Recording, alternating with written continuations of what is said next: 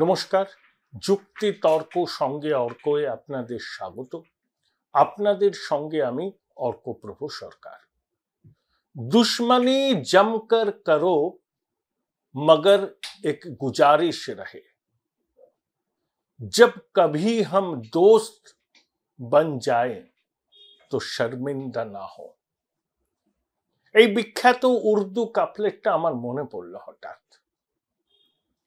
রবিবার সকালে যখন সুখেন্দু শেখর রায়ের এক্স হ্যান্ডেলের পোস্টটা দেখলাম,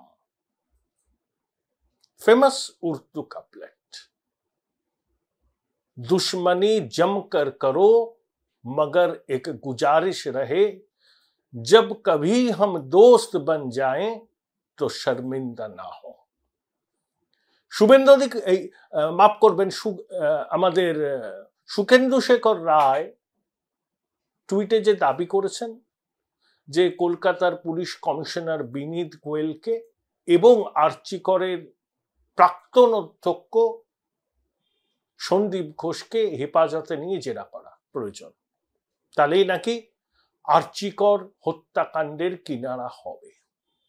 অনেকগুলো প্রশ্ন তুলেছেন যে কে মেয়েটির পরিবারকে ফোন করে বলেছিল আত্মহত্যা, কেন স্নিফার ডগ 3 দিন বাদে এসেছে, কেন ওই যেখানে ঘটনাটা ঘটেছে তার কাছেই ভাঙচুর করা হয়েছে রিনোভেশনের জন্য।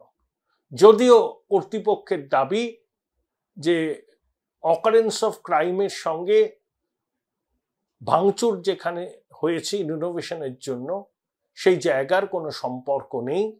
একই মত পুলিশের, তারা বলছেন যে সিবিআইকে সমস্ত কিছু হ্যান্ডওভার করা হয়েছে, অকারেন্স অফ ক্রাইমে কোনো রকম অসঙ্গতি নেই, মানে এমন কিছু করা হয়নি যাতে কেউ অভিযোগ তুলতে পারে, তদন্ত থামাচাপা দেওয়ার চেষ্টা হচ্ছে, এটা পুলিশের বক্তব্য। কলকাতার মাননীয় পুলিশ কমিশনার বিনীত গোয়েল বলেছেন যে সর্বতোভাবে সিবিআইকে সহযোগিতা করা হচ্ছে, অত্যন্ত পেশাদারিত্বের সাথে দক্ষতার সাথে তার টিম কাজ করেছে।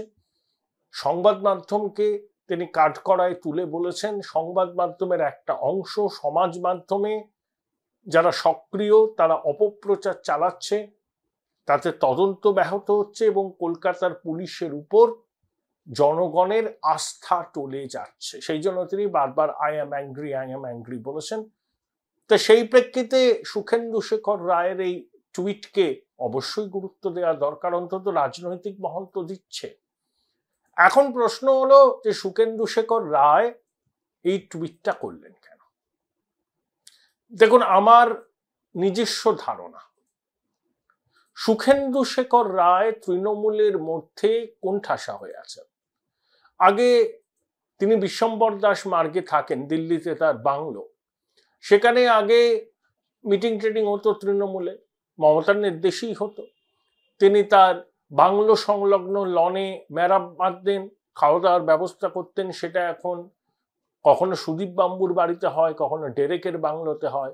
তা সুখেন্দু শেখর রায় কোণঠাসা হয়ে পড়েছেন। তারপর সাগরিকা ঘোষের রাজ্যসভার সাংসদ হওয়ার পর বুলুদার প্রাসঙ্গিকতা কমে গেছে বলে অনেকে মনে করছেন। তাই কি তিনি প্রাসঙ্গিকতা ফিরে পেতে এক্স হ্যান্ডেলে এই বার্তাটা দিয়েছেন? তৃণমূলের কুণাল ঘোষ বিনীত গোয়েলকে নিয়ে সুখেন্দু শেখরের বক্তব্যকে নাকচ করে দিয়েছেন, কিন্তু সন্দীপ ঘোষ সম্পর্কে সুখেন্দু শেখর রায়ের বক্তব্য সম্পর্কে তিনি নীরব। এখন প্রশ্ন হলো, যারা সুখেন্দু শেখর রায়কে চেনেন তারা আমার এই ব্যাখ্যার সঙ্গে সহমত হবেন যে সুখেন্দু শেখর রায় প্রয়াত রাষ্ট্রপতি প্রণব মুখোপাধ্যায়ের অত্যন্ত আস্থাভাজন ছিল। কলকাতার যে হাতে গোনা কয়েকজন কংগ্রেসের নেতা প্রণববাবুর ঘনিষ্ঠ ছিলেন তাদের মধ্যে অন্যতম সুখেন্দু শেখর রায়। বাকিরা হলেন অজয় পাত্র, দেবী ঘোষাল, আর ওই গোলপার্ক অঞ্চলে সম্ভবত 90 নম্বর ওয়ার্ডের কাউন্সিলর ছিলেন ভদ্রলোক দিব্যেন্দু বাবু। সুখেন্দু শেখর রায়ের একটা ঘটনা আমার মনে পড়ে যাচ্ছে। 2009 লোকসভা নির্বাচনের আগে, তখন আমি যে চ্যানেলের সঙ্গে যুক্ত ছিলাম, সেই চ্যানেলে মমতা বন্দ্যোপাধ্যায় এবং প্রণব মুখোপাধ্যায় মুখোমুখি বসেছিলেন একটা টক শোতে। জোট হয়েছিল কংগ্রেস তৃণমূলে। তা প্রণববাবু সারাদিন প্রচারের পর এসেছেন, খাওয়া হয়নি। এদিকে স্টুডিওতে নির্ধারিত সময়ের পরেও সঞ্চালক অনুষ্ঠানটাকে টেনে নিয়ে যাচ্ছিলেন। দৃশ্যত ক্রুদ্ধ বুলুদা স্টুডিওর দরজায় সে সাংঘাতিক রকম ভাবে ধাক্কাধাক্কি করছিলেন, প্রোগ্রামটা শেষ করো, প্রণবদার খাওয়া হয়নি। 2011 সালে রাজ্যের বিধানসভা নির্বাচনের আগে সুখেন্দু শেখর রায় এবং প্রদীপ ভট্টাচার্য কংগ্রেস তৃণমূলের জোটের পক্ষে সওয়াল করেন এবং আব্দুল মান্নানও সওয়াল করেছেন, কিন্তু প্রদীপ বাবু টিকিট পাননি, সুখেন্দু শেখর রায়ও টিকিট পাননি। তারপর 2011 সালেই তাকে রাজ্যসভায় মনোনয়ন দেয় তৃণমূল কংগ্রেস, সম্ভবত প্রণব বাবুর অনুরোধে। দুবার তিনি রাজ্যসভার সাংসদ, আরো একবার মনোনয়ন পেয়েছেন। তার রাজ্যসভার মেয়াদ শেষ হতে আরো 4.5 বছর সময় বাকি আছে, প্রায় 5 বছর। তাই রাজ্যসভার টিকিট নিয়ে অনিশ্চয়তা, সেই জন্য সুখেন্দু শেখর রায় এই বিস্ফোরক কথাগুলো বলেছেন, তেমনটা নয়। আসলে সুখেন্দু শেখর রায়, আমি যতদূর চিনি, ভদ্রলোক, কিন্তু একটু অভিমানী, একটু লেখাপড়া জানেন। আমরা গড়পড়তা তৃণমূলের যে লোকজনদের দেখি তাদের থেকে একটু আলাদা। এখন সর্বত্র, বিশেষ করে শহরে, শহরাঞ্চলে, মধ্যবিত্ত উচ্চবিত্ত শ্রেণীর মধ্যে রাজ্যের শাসক দল সম্পর্কে একটা বিরূপ মনোভাব তৈরি হয়েছে। তার অভিঘাত নিশ্চয়ই সুখেন্দু বাবুর উপরেই পড়েছে। তিনি এটুকু জানেন, তার রাজ্যসভার মেয়াদ শেষ হয়ে যাওয়ার পর চতুর্থবারের জন্য তার আর মনোনয়ন পাওয়া সম্ভব নয়। তাই আগে থেকে তিনি নিজের একটা বিদ্রোহী ইমেজ তৈরি করলেন। অর্থাৎ যতদিন তিনি পাবলিক লাইফে থাকবেন, তার রাজ্যসভার সদস্যপদ তো আর খারিজ হয়ে যাবে না, ততদিন অন্তত মানুষ তাকে আর প্রতিবাদী চরিত্র হিসাবে মনে রাখে। সেই জন্যই কিন্তু সুখেন্দু শেখর রায় এক্স হ্যান্ডেলে এই বার্তাটা দিয়েছেন। তিনি তৃণমূলের অভ্যন্তরে সেভাবে মমতা বন্দ্যোপাধ্যায় এবং অভিষেক বন্দ্যোপাধ্যায় কারুর সঙ্গে তার সেরকম মাখামাখি নেই। তিনি অভিষেক বন্দ্যোপাধ্যায়কেও নেতা বলে মেনে নেন, মমতা বন্দ্যোপাধ্যায় থেকে রাজ্যসভার সদস্য করেছেন, সেই জন্য তার কৃতজ্ঞতা আছে। কিন্তু দলের মধ্যে কোণঠাসা হয়ে যাওয়ার পরেই তিনি কিন্তু একটু মনোকষ্টে ছিলেন। সম্প্রতি তার স্ত্রী বিয়োগ হয়েছে এবং তার শরীরও খুব একটা ভালো যাচ্ছে না। এই প্রেক্ষিতে আমার মনে হয় সুখেন্দু শেখর রায়ের এই বিস্ফোরক এক্স বার্তাটাকে দেখা উচিত। তিনি প্রতিবাদী বিবেক হয়ে উঠতে চাইছেন। হ্যাঁ, তার এক্স বার্তায় যে পোস্ট করেছেন, যে দাবি করেছেন, বিরোধী দলনেতা শুভেন্দু অধিকারীর দাবির সঙ্গে তা মিলে যাচ্ছে। সেই জন্যই বললাম না, দুশ্মনী জমকর করো মগর ইয়ে গুজারিশ है, जब कभी हम दोस्त बन जाएं तो शर्मिंदा ना हो। অর্থাৎ শুভেন্দু অধিকারীর সুরে সুর মিলিয়েছেন সুখেন্দু শেখর রায়। দেখুন, রাজনীতি সম্ভাব্যতা শিল্প, এই আপ্তবাক্যটা আমরা সবাই জানি। অদূর ভবিষ্যতে সুখেন্দু শেখর রায় অন্য কিছু ভাবতেও পারেন। এখনই সব সম্ভাবনায় দাঁড়ি টানার কোনো প্রয়োজন নেই। হতে পারে যে তিনি অন্যরকম কিছু ভাবছেন, সেই জন্য আগে থেকে একটা প্রেক্ষিত তৈরি করে রাখতে চাইছেন। হতে পারে, I am not ruling out this possibility. কিন্তু আমার মনে হয় সুখেন্দু শেখর রায় সম্প্রতি আমাদের আশেপাশে ঘটে চলা বিভিন্ন ঘটনার জন্য কিছুটা হলেও মনোকষ্টে ভুগছেন। তার বহিঃপ্রকাশ হচ্ছে এক্স বার্তায় তার এই কার্যত বিস্ফোরণ। আমার মনে হয় সুখেন্দু শেখর রায়ের বিরুদ্ধে দল শাস্তিমূলক ব্যবস্থা নেবে। যদি না নেয়, তাহলে বুঝতে হবে যে তার বক্তব্যকে সম্পূর্ণ ইগনোর করছে তৃণমূল। কিন্তু ইগনোর যে করেনি তার প্রমাণ কুণাল ঘোষ সুখেন্দু শেখর রায়ের বিনীত গোয়েল সম্পর্কিত বক্তব্যকে তীব্র সমালোচনা করেছেন। তার মানে এটাই দলের লাইন। আমার মনে হয় সুখেন্দু শেখর রায়ের বিরুদ্ধে শাস্তিমূলক ব্যবস্থা নেবে তৃণমূল। যদি শেষ পর্যন্ত সেই ব্যবস্থা নেয় তাহলে সুখেন্দু শেখর রায় তার রাজনৈতিক অবস্থান কি হবে সেটা ভবিষ্যৎ বলবে। কিন্তু তিনি বিরোধী দলনেতার সুরে সুর মিলিয়ে একই রকম দাবি তোলার পর রাজনৈতিক মহলে বিস্তর জল্পনা শুরু হয়েছে। দেখুন 42 না 43 জন চিকিৎসক নার্সের বদলি ঘিরেও বিতর্ক হয়েছে। শেষ পর্যন্ত সেই বদলির সিদ্ধান্ত মুখ্যমন্ত্রী রদ করেন। মুখ্যমন্ত্রী নাকি জানতেনই না এরকম সিদ্ধান্ত হয়েছিল। স্বাস্থ্য সচিব সাংবাদিক বৈঠক করে বলেন যে মুখ্যমন্ত্রী জানতেন না, তিনি রদ করে দিয়েছেন। এখানে প্রশ্ন আসে, মুখ্যমন্ত্রী জানেন না, স্বাস্থ্য সচিব বদলি করলেন, এটা কি হয়? Join Indian Institute of Hotel Management now. Right choice, right decision. সাম্প্রতিক ঘটনা বলি বা তৃণমূল জমানার আদি লগ্ন থেকে এখনকার পর্যন্ত যে সমস্ত সিদ্ধান্ত হয়েছে পুলিশে, স্বাস্থ্য বিভাগ বা অন্যান্য দপ্তরে, মুখ্যমন্ত্রীকে অন্ধকারে রেখে আধিকারিকরা সেই সিদ্ধান্ত নিয়েছে, এটা মানতে কষ্ট হয়। আদবেই স্বাস্থ্য সচিবের এই দাবিটা বিশ্বাসযোগ্য নয়। দেখুন, আরজি করের প্রাক্তন অধ্যক্ষ সন্দীপ ঘোষের ভবিষ্যৎ কি, এই প্রতিবেদন যখন দেখবেন তখন আপনারা জানতে পারবেন। টানা জেরা করা হয়েছে। অনেকে বলছেন সত্য মিথ্যা জানেন। এই যে যারা ওই সিবিআই ইডি বিট করে তারা বলছেন যে সন্দীপ ঘোষ সবকিছু উগরে দিচ্ছেন, বিনিময়ে তিনি গ্রেপ্তারির হাত থেকে বাঁচতে চাইছেন। দেখুন, কেউ তদন্তে সহযোগিতা করলে তাকে তদন্তকারী সংস্থা গ্রেপ্তার করে না। এই যে টানা জেরা করা হচ্ছে সন্দীপ ঘোষকে, অনেকে বলছেন এটা তার প্রমাণ যে সন্দীপ ঘোষ সিবিআই এর তদন্তকারীদের সামনে কিচ্ছুটি আর গোপন রাখছেন না। বিনিময়ে তিনি এই প্রতিশ্রুতিটা চেয়েছেন যে তাকে গ্রেপ্তার করা হবে না। এটা একটা ব্যাখ্যা, আবার সম্পূর্ণ অন্য ব্যাখ্যাও হতে পারে যে এজেন্সির তদন্তে তিনি সহযোগিতা করছেন না, তাই এজেন্সি বারবার ডাকছে, বিভিন্ন নথিপত্র নিয়ে আসতে বলেছে। সন্দীপ ঘোষের ভাগ্যে কি আছে এই প্রতিবেদন যখন আপনারা দেখবেন তখন সেটা কিন্তু আপনাদের জানা হয়ে যাবে।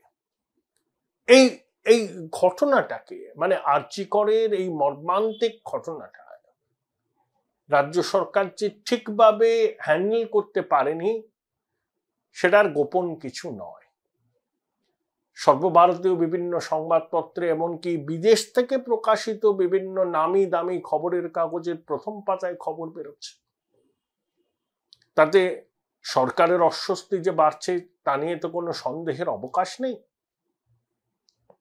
এবং তার মধ্যে তৃণমূল কংগ্রেসের অন্তর্বিরোধ প্রকাশ্যে চলে এসছে। অভিষেক বন্দ্যোপাধ্যায় নিজেকে গুটিয়ে নিয়েছেন। কুণাল বাবু বলেছেন যে মমতা বন্দ্যোপাধ্যায় আছেন, অভিষেক বন্দ্যোপাধ্যায়কে সামনে থেকে নেতৃত্ব দিতে হবে। আরজি করে অধ্যক্ষ হিসাবে সন্দীপ ঘোষ পদত্যাগ করার পর 4 ঘন্টার মধ্যে তাকে ন্যাশনাল মেডিকেলের অধ্যক্ষ কেন করা হলো, যে প্রশ্নটা জনমানসে বারবার আসছে, বিরোধীরা তুলছেন, শিক্ষকরা তুলছেন, আন্দোলনকারী ছাত্ররা তুলছেন, সাধারণ মানুষ তুলছেন, সেই প্রশ্নটা কুণাল বাবুও তুলেছেন যে সরকারের এই সিদ্ধান্তটা ভুল ছিল। অর্থাৎ আরজিকর কাণ্ড নবান্ন যে ঠিকভাবে হ্যান্ডেল করতে পারেনি সেটা প্রতিনিয়ত স্পষ্ট হচ্ছে। এই যে প্রতিবাদ দেখছেন, এটা কোনো সংগঠিত প্রতিবাদ নয়, মানুষ স্বতঃস্ফূর্তভাবে প্রতিবাদ করছে এবং প্রতিবাদ থামার কোনো লক্ষণ নেই। নির্যাতিতার বাবা মা তারা বিস্ফোরক সব অভিযোগ করেছেন। তারা পুলিশকে নাকি হাতে পায়ে ধরেছিলেন যে মেয়ের মুখখানা একবার দেখবার জন্য। 2.5 ঘন্টা অব্দি তাকে তাদের বিভাগে বসিয়ে রাখা হয়েছিল। তারা বলছেন, আমরা মনের মাধুরী নিয়ে বলছি না, মেয়েটির গাড়িটা কে বা কারা ভাঙচুর করলো, সেই গাড়িটা এখন কোথায়, এইসব প্রশ্ন জনমানসে আছে। মেয়েটির বাবা মাও সেটা বলছে। মুখ্যমন্ত্রী তার বাড়িতে গিয়ে বলেছিলেন যে মূল অভিযুক্ত তো ধরা পড়ে গেছে। তখন নির্যাতিতার মা তাকে বলেছেন যে দিদি, আমার মনে হয় না যে ও একা এই কাজটা করেছে। তখন নাকি নির্যাতিতা মায়ের দাবি মুখ্যমন্ত্রী শুনে বলেছেন, আমারও তো মনে হয়, পুলিশ অফিসাররা ছিলেন, তাদেরকেও বলেছেন বিষয়টা দেখবার জন্য। এই যে দেখুন, 17 এবং 18 অগাস্ট রাজ্যের প্রত্যেকটা ব্লকে ধর্ণা কর্মসূচির ঘোষণা করেছিল তৃণমূল। আপনি সেভাবে কোথাও চোখে পড়েছে আপনাদের ধর্ণা কর্মসূচি? সংবাদ মাধ্যমে সেরকম কোনো ছবি এসছে? হয়তো একাধ জায়গায় হয়েছে। কোন ছবিটা এসছে? চিকিৎসকদের প্রতিবাদ, অন্যান্য শিক্ষা প্রতিষ্ঠানের পড়ুয়া অধ্যাপকদের প্রতিবাদ, সাধারণ মানুষের প্রতিবাদ, বিদেশে ইন্ডিয়ান ডায়াসপোরার প্রতিবাদ, এমনকি পাকিস্তান মেডিকেল অ্যাসোসিয়েশন পর্যন্ত এই ঘটনায় উদ্বেগ প্রকাশ করেছেন। এটা শুনে আমার কি বলবো, আর কি কিছু বলার নেই, ভাষা হারিয়ে গেছে মুখের থেকে। তো এই হচ্ছে সার্বিক পরিস্থিতি। তদন্তের ডেডলাইন বেঁধে দিচ্ছেন, ওভাবে হয়? আদালত একটা সময়সীমা দিয়েছে সিবিআই কে। তদন্তের নামে আমরা প্রহসন চাই না। 2 দিন সময় বেশি লাগুক, 4 দিন সময় বেশি লাগুক, প্রকৃত অপরাধীরা ধরা পড়ুক, এটা তো সবার দাবি, এবং কি সরকার পক্ষের অনেকের দাবি। তাড়াহুড়ো করে মুখ্যমন্ত্রী একটা সময় বেঁধে দিয়েছেন, তার মধ্যে করতে হবে, এভাবে তদন্ত হয় না। তদন্তের বিষয় মুখ্যমন্ত্রীকে জানাতে হবে, এরকম একটা টুইট দেখছিলাম, সম্ভবত ডেরেক বা মহুয়া কেউ একটা করেছেন। তা রাজ্য যে বিভিন্ন তদন্ত করে, সেই তদন্তের আপডেট জানানো হয়? সিবিআই তদন্ত করছে, জটিল তদন্ত, তারা ঘটনা ঘটার 4 দিন বাদে এসেছে, ততদিন পুলিশ তদন্ত করেছে, নানা রকম অ্যাঙ্গেলের সঙ্গে যুক্ত আছে, সেগুলোকে বার করতে হবে। বহু লোকের সঙ্গে সিবিআই কথা বলছে, বিভিন্ন জায়গায় যাচ্ছে, তারা এখনো পর্যন্ত মুখে কোনো কথা বলেনি, মানে সরকারিভাবে কিছু জানায়নি। চুঁয়ে চুঁয়ে তো খবর আসে। দেখুন, সংবাদ মাধ্যমের কাজই তো তাই। যারা সিজিও কমপ্লেক্সের সামনে আছে, যারা সিবিআই বিটই তৈরি হয়ে গেছে, সিবিআই ইডি বিট, যাদের সঙ্গে সিবিআই তদন্তের সম্পর্কে যারা ওয়াকিবহাল, যারা জানে কিভাবে সিবিআই তদন্ত করে, তাদের মাধ্যমে সংবাদ মাধ্যম বিভিন্ন সূত্র মারফত কোট করছে, ওইটুকুই। আনুষ্ঠানিকভাবে সিবিআই কিছু জানায়নি। আর মুখ্যমন্ত্রী যে সময়সীমা বেঁধে দিয়েছেন, এটা হাস্যকর। আমরা চাই ঠিকভাবে তদন্ত হয়ে প্রকৃত দোষীদের শাস্তি, তাতে 4 দিন বেশি লাগতে পারে। তাড়াহুড়ো করলে যদি ঘটনার কিনারা না হয়, যদি ধামাচাপা দেওয়া হয়, যদি প্রকৃত দোষীরা অন্তরালে থেকে যায়, তাতে লাভ কি? তাই এক্ষেত্রে সবাইকে ধৈর্য রাখতে হবে। নান্য পন্থা।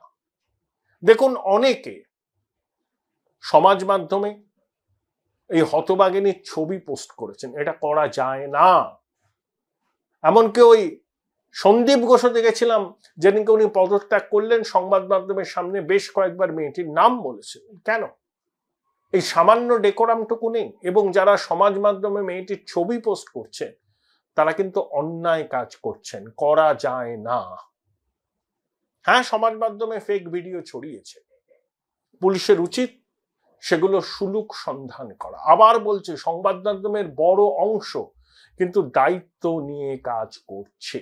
সূত্রের মাধ্যমে খবর প্রকাশ করা, এর মধ্যে কোনো অন্যায় নেই, এটা সাংবাদিকদের অধিকার। কিন্তু ফেক ভিডিও ছড়ানো, নির্যাতিতার ছবি প্রকাশ করা, এগুলো অন্যায়। পুলিশের উচিত এর বিরুদ্ধে ব্যবস্থা নেওয়া। বিজেপি নেত্রী লকেট চট্টোপাধ্যায়কে পুলিশ তলব করেছে, 2 জন চিকিৎসককে পুলিশ তলব করেছে, তারা নাকি গুজব ছড়াচ্ছেন। তাদের মধ্যে অন্যতম হলেন বিশিষ্ট কার্ডিওথোরাসিক সার্জন ডক্টর কুণাল সরকার। আমি কুণাল বাবুর সঙ্গে টেলিফোনে এই বিষয়টা নিয়ে কথা বলেছিলাম। কি বললেন ডক্টর সরকার, শুনেন। ওই আজ সকালে একটা নোটিশ পাঠিয়েছে আমাদের লালবাজার সাইবার থেকে। হ্যাঁ, তো সেখানে ওই কিছু জটিল কেস নাম্বার লিখেছে, যে সেই বিষয়ে সোশ্যাল মিডিয়ায় যা কথাবার্তা হয়েছে সেই সংক্রান্ত ব্যাপারে ডেফিনেটলি এটা তো আর আমাকে অভিনন্দিত করার জন্য করছে না, যে তাদের কিছু আপত্তি আছে তারা সেটাকে নিয়ে আমাকে আজকে দেখা করতে বলেছিল। তো আজকে আমি কলকাতার বাইরে, আমি সেটা লিখে দিলাম। কালকে কলকাতায় ফিরে একটা সময় যাবো দেখা করতে। আপনি কি আইনজীবীদের সঙ্গে পরামর্শ করবেন? আমি একজনের সাথে কথা বলেছি, যে ছেলেটি দেখে কথা বলেছি, অন্যদের যদি কোনো ওপিনিয়ন দেবার থাকে আমি নিতে পারি, তো দ্যাটস নট আ প্রবলেম। আমার মনে হয় বলেছে যখন, আমি নিশ্চয়ই কথা বলবো। ওদের বক্তব্যটা কি মেনলি, যে আপনি ভুয়ো প্রচার চালিয়েছে? হ্যাঁ, আমার মনে হয় এগুলোই থাকবে, যে এই ভুয়ো প্রচার ইত্যাদি, ওই বিভিন্ন ওদের পয়েন্ট থাকে না, যে ফ্যাকচুয়ালি রং। কারণ তারপরে ওদের একটা কিছু পয়েন্ট থাকে যে ভিকটিম, তার আইডেন্টিটি নিয়ে আমি কোনো কথা বলিনি। আমার মনে হয় কথাগুলো এই লাইনেই হবে, যে ধরো আমরা বললাম যে পোস্টমর্টমটা আরো কনসিডার ভাবে হতে পারতো, বলবে না আমরা ঠিক করে করেছি, আপনি না জানা বলেছেন, এই টাইপের কথা। আচ্ছা, আপনি মানে পুরো এই পদক্ষেপটাকে কিভাবে দেখছেন? দেখো, পদক্ষেপটাকে এইভাবে দেখছি যে পুলিশকে আমি মনে করি যে there is a person inside the uniform, যে ইউনিফর্মের মধ্যেও একটা মানুষ আছে, এবং তারা যদি কিছুটা একটা গতানুগতিক বা যান্ত্রিক রিয়াকশন দেয় না, যে যান্ত্রিক রিয়াকশনের মতো তারা একটা সমাজের বিপরীত মেরুতে নিজেদের নিয়ে যান, তাহলে সেটা যারা আইন প্রণয়ন করছেন তাদের জন্য বা শাসক গোষ্ঠীর জন্য সেটা মঙ্গলের নয়। তো আমরা ডাক্তার হিসেবে যেমন যাই, যে আমরা তো আর ডাক্তারি শিখেছি খালি প্রতিবাদ করবো বলে না, আমরা ডাক্তারি শিখেছি নিজেদের কাজকর্ম, মানুষের সেবা, মানুষের চিকিৎসা করবো বলে।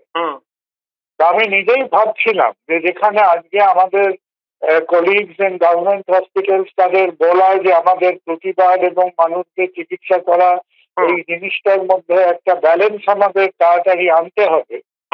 তো সেইটা ভাবতে ভাবতে আমার মনে হয় যে আমি একটা খুব বিরাট কেউ লোক নই, আদৌ নই, সেই কারণে নয়, কিন্তু এখন যদি এরা এই একজন ডাক্তারকে প্রাণে মেরেছেন, এখন কিছু ডাক্তারকে যদি তাদের নিয়ে এখন একটা অনভিপ্রেত খোঁজাখুঁজি করার মধ্যে যান, যে তারা এই পরিস্থিতিটাকে আর কি আবার এই পরিস্থিতিটার তারা উত্তাপটা বাড়াবেন, যেখানে সবাই দিক দিয়ে প্রয়োজন ছিল যে জিনিসটাকে একটা সোশ্যাল রিকনসিলিয়েশনের মধ্যে আনা, যার মধ্যে যে আমাদের যেটুকু এসেনশিয়াল অ্যাক্ট, ডাক্তাররা কাজ করবে, ডাক্তাররা পেশেন্ট দেখবে, তার সঙ্গে সঙ্গে ডাক্তাররাও যেহেতু সমাজের মানুষ, যাদের পছন্দ, যাদের একটা, কারণ সবাই তো একেবারে অনুগত কৃতদাস হয়ে বসে নেই, তাদের মধ্যে হয়তো দু একজন ডাক্তার যারা ভালো মন্দটা খানিকটা দেখেন, বোঝেন এবং বলতে চান, তো অন্তত আমাদের বর্তমান পৃথিবীতে সেই বলার অবকাশটা দিতে হবে। কিন্তু ওভারঅল পুলিশের এই অ্যাপ্রোচটা, আমি যাবো কথা বলবো, আমি সেই এখন ঠিক আছে, আমার বাবা 14 বছর বয়সে জেলে গেছিলেন, আমি নয় 63 বছর বয়সে যাবো, তাতে খুব একটা কিছু এসে গেল না। কিন্তু প্রবলেম হলো যে তাদের social handling of the situation, তাদের স্ট্র্যাটেজিটা নিয়ে আমার একটু বিস্মিত লাগছে। আমার একটা মানে কবিতার লাইন মনে পড়ছে, সুধীন দত্তর উট পাখি কবিতায়, অন্ধ হলে কি প্রলয় বন্ধ থাকে? আপনি কি সহমত? দেখো, খানিকটা, কিন্তু মানে খানিকটা বা অনেকটাই বলবো অর্থ, কিন্তু এই কথাটাই বলবো যে আমরাও যেমন, তুমি যদি আমার ওই বক্তব্যটা শুনে থাকো, এখন ওই বক্তব্যটা নিয়ে অনেকে একটু বিস্মিত, কারণ আমি বক্তব্যটা সাধারণত বেশি কথাবার্তা বাংলায় বলি, ওই বক্তব্যটা আমি ইংরেজিতে বলেছি, এবং যে কারণে শুধু দেশে নয়, মানে দেশের বাইরেও বহু লোক এটা শুনেছে, এবং পশ্চিমবঙ্গের থেকে একটা মৌলিক বক্তব্য পশ্চিমবঙ্গের সমস্যা নিয়ে ইংরেজিতে বেরিয়েছে, এটা if I am not mistaken this is perhaps the first time, যেটা কিছু লক্ষের উপর লোক দেখছে সোশ্যাল মিডিয়াতে, এখনো দেখে যাচ্ছে। তো সেখানে আমার মনে হয় না যে আমি definitely I have been critical of the law and order of police, কিন্তু প্রতিটা মুহূর্তে আমরা স্বীকার করছি যে তারা আমাদের শরীরের হাত পায়ের মতো, তারা আমাদের সামাজিক একটা খুব important organ of society, and we expect better from them.